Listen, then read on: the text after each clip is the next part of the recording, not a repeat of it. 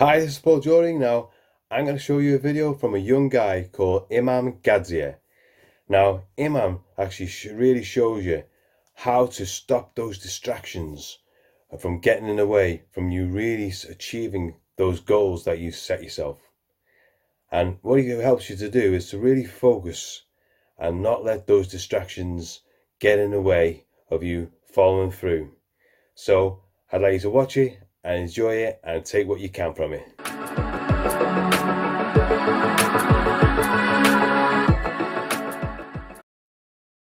So guys, I wanted to shoot this really quick video, basically just to kind of give you an idea of what goes on in my head when I'm problem solving in order to get success. Now, success is this big esoteric thing, and a lot of the time people fixate on the micro rather than looking at the macro. So they'll fixate on this little problem or this little tactic that they need, when really they should be unplugging from the situation and looking at a bigger context as to their life. So this happened in one of my deep work blocks. I've talked about that in other videos, but I started thinking about the idea of sacrifice and how I can apply that personally in my life. Because if I'm completely honest, at this point in my life, I genuinely think I can be like Tony Robbins, Elon Musk, and Hugh Hefner all at the same time. Like, the energy has been driven into all these different channels, and that is a problem. You really have to decide what is most important to you in life and be willing to sacrifice all the other shit in order to get those one or two outcomes that you're looking for. And as I said, because I'm really young, like, this isn't something that I've really understood or had to tackle as of yet, but now I'm realizing as like my calendar is just being flooded. There's like opportunities coming in all different directions. There's distractions coming in all different directions. Now, that's not what this video is about. What this video is about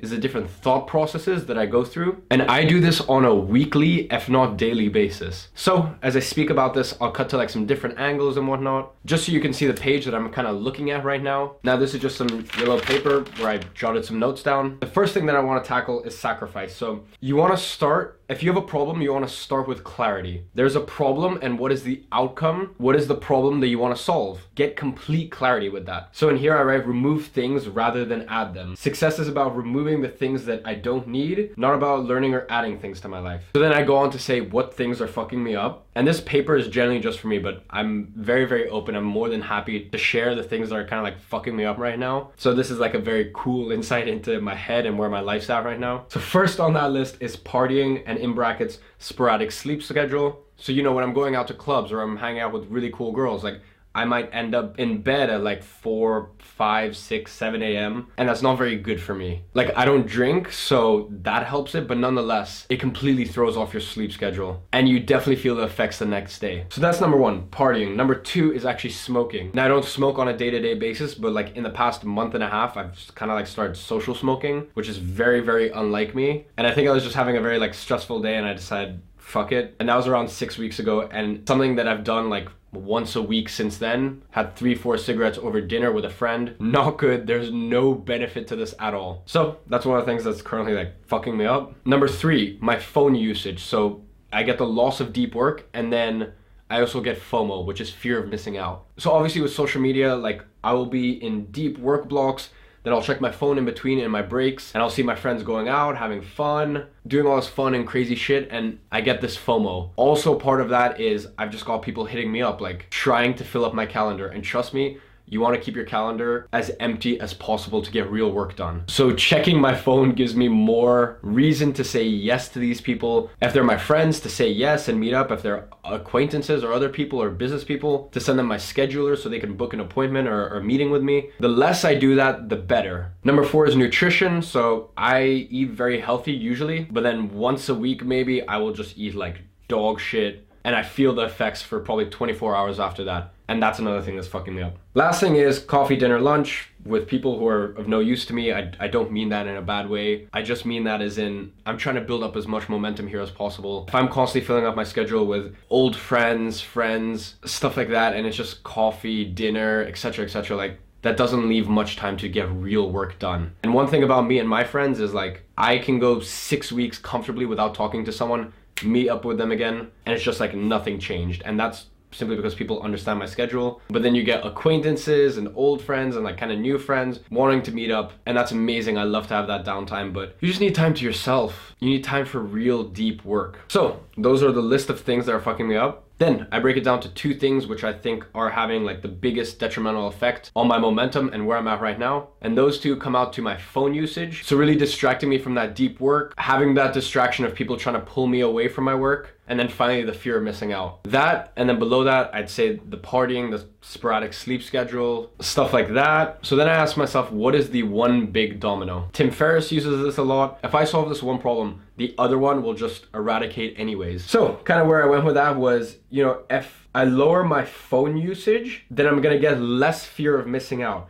And less fear of missing out is gonna lead to less clubbing, less partying, less seeing people at times that don't really work with my schedule or stop my momentum. But then on the flip side, the less phone usage I have, the increased deep work I have, which means if I get more deep work, more better work done, that actually leaves more time to party, more time to see some of the girls that I'm seeing, more time to see old friends. So for me, that is like the one big domino that kind of has a cascading effect on all the rest of the stuff. So if we flip over to the next page, you got the action steps, because if you don't apply this straight away, if you don't make a change or even just a small little something right now, then it's never gonna happen. So action steps, I ask myself, when does phone usage occur most? And the answer is whenever the phone is visible, whenever the phone's on the desk, whenever it's around me, I'm inclined to use it. It's like trying to go on a diet, but stuffing your cabinet with like junk food. You're not really doing yourself a favor there. The next question I ask myself is, when is it pivotal that I don't use my phone? And I answer with, before I finish my morning routine. So that's pretty much like the first 45 minutes of my day. It's pivotal that I do not use my phone. I do not get my brain in that zone where I'm looking at,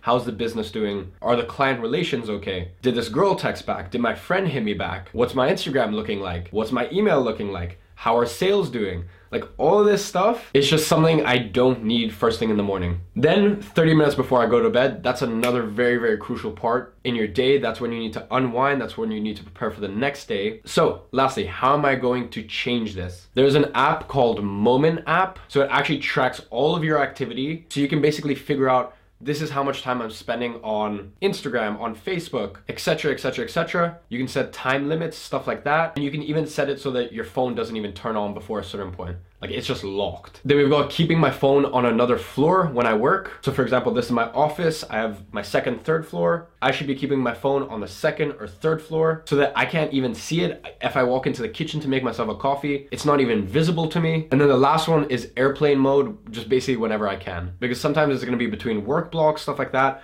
I'm gonna have my phone on my desk like this, and I don't need it going off and stuff like that. I mean, I even have my phone on Do Not Disturb like 99% of the time, but nonetheless. So that's how I'm gonna go about changing this. So really, I thought this would be a cool insight just to kind of give you guys an idea as to what goes on in my head when I'm thinking about the problems that I'm currently facing in my life. Sacrifice was this, how I break it down, how I think of the one big domino, how I think about action steps. Because look, you can know everything to know about digital marketing. You can know everything to know about e-commerce, real estate, whatever it may be. But if you don't have discipline, if you're not willing to sacrifice for it, if you're not willing to put in hard work, none of that shit matters. I can give you as many tactics as you want. My coaches, my mentors can give me as many tactics as they want. But unless I put in good systems and infrastructure, it really won't mean shit. So that is. Remember to hit the subscribe button to download my free hypnosis to be the best version of you.